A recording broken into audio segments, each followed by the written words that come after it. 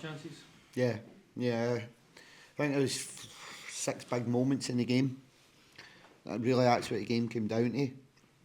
I think there's a save for Andy Shinnie with Fisher. Thought it was a fantastic save, really good save. Save from Danny Wilson. Again, great save. Shins is clean through. We don't hit target, we don't mark the keeper. Boobsy's got to do better with the flick for Tete Yengi. Back heel in the box, free shot at goal. Don't hit target. Stonewall penalty that we've kind of had an apology for. And if it's a Stonewall penalty, you could argue there's no genuine attempt to play the ball. So they're the big moments in the game for me, and then Graham Carey's strike. That's the game. That's the game. We don't take our chances. First half, they're better second half without actually causing you much trouble in terms of Jerome never had anything to do, and it's a wonder strike. 9 times out of 10, you're 99 times out of 100 probably, you're saying hit it. So you'll not see many of them a season. I think the BBC just put one up there, it was something like 2013 for St Mirren. But he's definitely a player that we'd earmarked before the game, and I was glad he wasn't playing, but I knew when he came on he was going to cause us trouble. He's probably at the most of their offensive play. Graham plays a huge part in most of their offensive stuff, or their good offensive stuff, so aye, he's went and won them a game, really. Graham Carey's won them a game. When you say got an apology, was there if you looked at it back? I think he's seen it back and he just said it was a penalty. He's not got the hindsight of VAR. I'm alright with that. I genuinely am. Like, if he'd seen it, he'd have gave you it, but he's obviously seen it or somebody's told him. The disappointing part for me is, and I'm not berating the officials here, we could see it for the bench in real time, so the linesman's got to see that in real time. I think it was Stonewall. I think it was pretty blatant. It was easy. But again, I'm going to say I don't want to sit here moaning about officials. I genuinely don't, but I have. But right, they've missed it. But I think within the game, we had more than enough chances to win the game. 2 big saves for Fisher. Poor execution for us with the 2 I spoke about. But again, speaking about the 2, Shins and Boobsy, I thought they were brilliant. Robbie Muirhead, Boobsy. I thought he was brilliant. I thought the 2 of them were brilliant for 60 minutes. Simmel changed it slightly in the second half to get a wee bit more aggressive in the press. Opened the park up a wee bit more, and when they had the ball, took us about 15-20 minutes to really get to grips with it. But they never really caused us any trouble. Never caused us any trouble. They gained a wee bit more territory, gained a wee bit more control in the game. Never caused us any trouble other than Graham Carey's strike. But well, caveat that with, I don't think we caused them many problems in the second half, but definitely done enough in the first half to be sitting in the semi-final. David, both teams could have had VAR if they wanted it, I'm told. Did you want Don't know. Probably not, because it would cost money. Yeah, No, genuinely, I never got asked, but if you'd asked me before the game, I don't know what it cost, but do you want to pay £5,000-10,000 for VAR? I'd have said no. So I'm not going to sit here and tell lies. Edit that, of course I would have wanted it. Nah. I'm only kidding. I wouldn't have, because the cost there, we've not got that kind of money.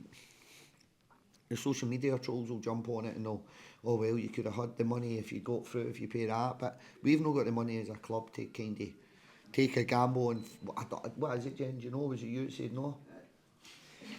Do you know what it is? It's 10,000 each. Is it? So each? I could have done that for about 50 quid. £10,000 each. Surely there's got to be a simpler method, no? We've got boys videoing it for upstairs, like surely. Anyway. Aye, so we wouldn't, as a club, we've not got that kind of money. You could say that's maybe cost you getting through to a semi-final, that's all hindsight. So, if somebody came to me and said, David, you want VAR for this game, I'd have said no. Just highlight to you, David, that Livingston can compete with Premiership sides like you've shown in previous games this season already. Yeah, I think it's a testament. I kind of sit here, I'm well versed, I'm educated to have this opinion. I've coached in the Premier League for the last 6 years. I'm coaching in the Championship now. And I'm telling you now, this isn't about me, it's not about Livingston. This is, well, it's a wee bit about me, it's about me as a football fan. I want to see games of football like that, where teams are looking forward to playing each other. No 4, 5, 6 times a season. Games are a wee bit risk averse because the probabilities of getting relegated are much less. You expand the league to a minimum 16. I don't think we'll get an 18. I would go 18, but I don't think you get that. You expand the league. I think it makes games more exciting. Definitely, I was like, honestly, for the first time, 4 years, maybe the first couple of years of game we're still in the honeymoon period in the Premier League. Like, you've not played each other, right? But maybe the first year. So maybe I've not looked forward to playing St Johnstone for about 5 years. And I don't mean nothing against St Johnstone. You could say that with any team in the Premier League. I genuinely have not looked forward to a game of football. Coming up against Premiership opponents, never coached against similar, new team, new style of play. That was my first time this year, and I genuinely was excited. And you know what? It took me out of my comfort zone because I had to put a lot of time and energy into my research of how we were going to go about the game and how they play, how we were going to approach the game. See, after the first 9 games in the Premier League, first 11 games in the Premier League, it's all over the telly, it's all over social media. You know what each team's going to do. It's a little bit mundane. Now, do I think the product in the park gets better with an expanded league? 100%. 100%. And you just need to look at just Falkirk, not just Livingston. Look at Falkirk at Parkhead, look at Falkirk Stadium against Hearts. So why would we not be pushing for this? Why is it not happening? Because the product in the park will improve and young Scottish players will get more game time against better standard of opponent. It's simple, it's not really that hard. So what was your question? I'm away. Yes, I think can remember your question now. I think I've answered it about 6 times. Don't ask me about expanding the Premier League. How you end up with someone in the park? Try to win the game. I thought that was an outstanding tactic, to be honest. There's no many managers get away with it. We got away with it. It was actually me that informed the linesman because I thought, I'll see how long we can go with this. Nah. It was a genuine mistake, but it was us that kind of said, when I got back to the dugout, like, we've still got 12 on. I thought Jamie had went off at the far side. Maybe he didn't then jump back on. So it was just a genuine mistake, but we informed the officials, but the officials knew. To be fair to them, they knew about it, but there was a wee moment. See David Martindale, the old dad, I sat down and no character light. But that shows I've learnt my lessons. So, I actually went up to the official to say to him, but they knew that at that point. David, just a quick thing. You're obviously still involved in another cup competition along with the league, but not the result you wanted tonight, but looking at what you're involved in right now, it's a really exciting title race. Loads of people are talking about it. What's your opinion of it? I'm going to jump back to this, how competitive it is. So, for me, Championship's been like that for a number of years, even going back to for the year that we got promoted. I think the Championship's always been really, really tight, top 3, top 4. And it could be different teams at that point. I think Dougie took Morton Day, I think Reese took Airdrie.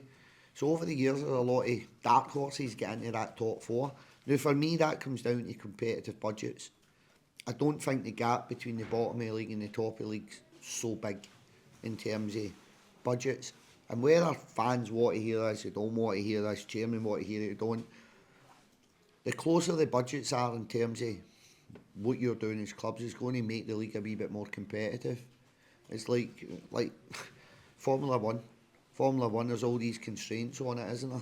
To keep it as competitive as possible, where money doesn't overtake what they're trying to do for the product. I'm going to say on the park, on the racing circuit. So very, very similar in my opinion. And I think you can look at maybe the MLS is slightly different because they've got a certain salary caps and drafts and stuff like that. But I think it's competitive because the budgets aren't a million miles away from each other. You have got teams that have got lower budgets, you have got teams that have got higher budgets. I understand that and I get that. But it's no huge. So it's not like 2, 3, 4, 5 and probably exponentially 10, 15 times, 20 times your budget. Your budgets are a little bit closer. And I think that's what lends itself to you're all kind of competing in a similar market, which then leads itself to a competitive league because you're all much of a muchness. But it's got to be good for the fan. Every year we talk about the Championship, don't we? Every year there's a genuine race. Look at Dick and Ian at Arbroath that year. Do you know what I mean? Genuinely, there's a great chance for anybody to, mostly to get in the top four. So, nah, I think it comes down to finances. And I think football, if you strip football back, go and look at any league in the world, I think most leagues, there will be the anomaly with your Leicester Cities and types like that, but you look at most leagues, it comes down to who pays the most money and who's got the most money. They're generally up there or thereabouts in terms of winning leagues.